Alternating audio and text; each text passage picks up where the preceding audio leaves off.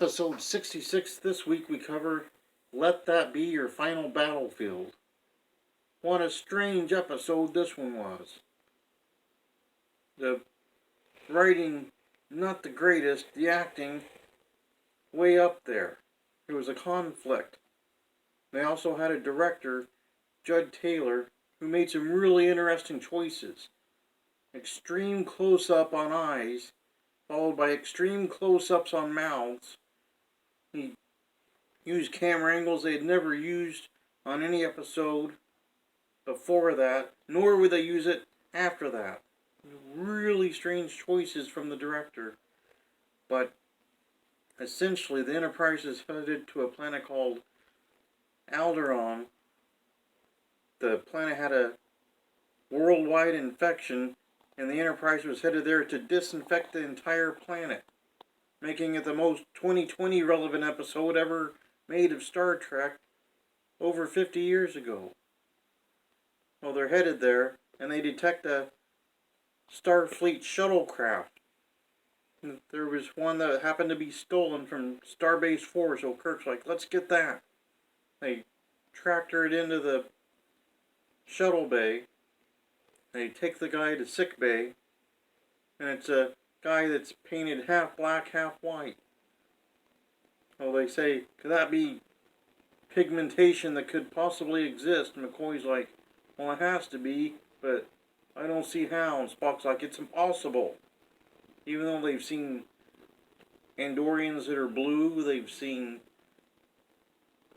like the Gorn that are green, they've seen aliens that have different colors, but they forgot all of those.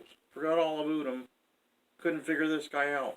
McCoy said that the alien had a bunch of organs he hadn't seen before, and some of the ones that he had seen before were rearranged differently. Spock pointed out, but yet you're still pumping him full of your noxious poisons. McCoy's like, never you mind.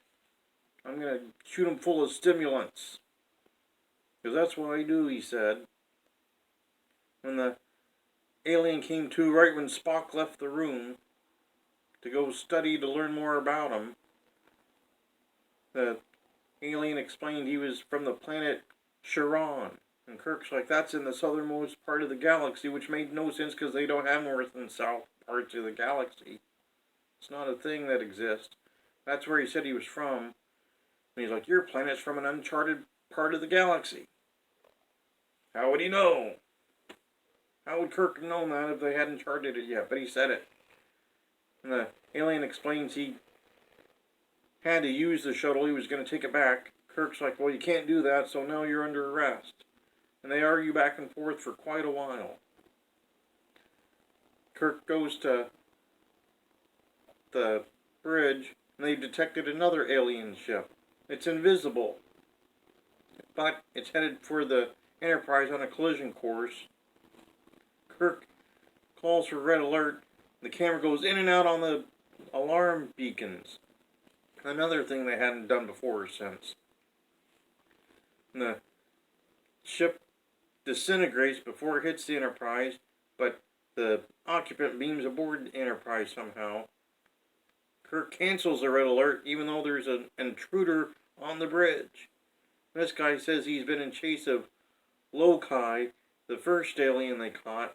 This guy looks a lot like him, but he says he's Commissioner Bill and he's been chasing Lokai for 50,000 years, which seems like a long time to be on a manhunt, but that's what he claimed. So Kirk refuses to give up Lokai, saying that they have to turn him over to Starbase 4, and there's no extradition treaty with Charon, so Bill's out of luck. Bill's like, oh yeah, give him to me. He's like, no. So they argue. Then they go to Lokai in sickbay, and they all argue back and forth the same thing. Like, I want asylum. No, he's my prisoner. No, he's our prisoner. And that goes on for quite some time. And Kirk tells Lokai he's a prisoner on the ship. He's got no free reign. Then he forgets to assign security or anyone to watch him as they leave to go to the bridge. Lokai, surprisingly, gets out of the open door. He didn't stay in sickbay. Now, they go to disinfect the planet. They're almost there, and all of a sudden the course changes. They can't explain it. They can't change course back to where they were going. Finally, Bill tells them, "Oh yeah, that was me. I can just think of where I want to go, and the ship will go there. At warp speed's not possible before." So Kirk's like, "Well, change it back. We got a planet to disinfect." He's like, "No." He's like, "Yes." He's like, "No." He's like, "Yes." He's like, "No." He's like, "Yes." Kirk's like, "I'll blow up the ship." So they take a really long time to set the self-destruct. Bill finally says, "Fine, I won't take you to Sharon. I'll put you back on your original course." Kirk's like, "Okay, good." Lokai gets there. They argue some more. Kirk's like, "Well, enough of this nonsense. Take him to the brig." Then they have personal force fields, so they can't grab him. Kirk's like, "Fine. Phasers on stun." They can't penetrate the force field. Kirk's like, "Well, we're foiled again." They finally disinfect the planet. Kirk's like, "Great, let's go to the starbase." And then Bill's like, "Oh, I'm setting a course to Sharon, and I'm going to blow up your circuits, including the self-destruct." And he did. They can't self-destruct the ship this time. Can't blow it to smithereens. So they're headed to Sharon. They finally get there. Nobody's left alive. They're all dead. Planet's a dead planet. Kirk's like, "We'll see, your hatred caused you to come to an extinct race. They all killed each other. But you two are alive. You can live with us. Everything's fine." Even though we tried to keep Lokai as a prisoner until he forgot all about that. And then Bill was trying to sabotage the ship. He forgot that too. He wanted him to come stay with him. Finally, Lokai and Bill take off running in the weirdest running I've ever seen. They had the most awkward run. Bill, I believe it was, took out a science officer with a shoulder blocked to the side of the knee. And that guy fell down. There was no reason to do it, but they did it. Other Enterprise officers just walking normally through the corridors, not paying attention to the aliens running through the ship. Spock keeps repeating where they're going on his sensors. He's like, "They're going past Rec Room 3. Now they're going to this part of the ship." And he just does this running commentary, which was really odd. They get to the transporter room. They beam down to the planet.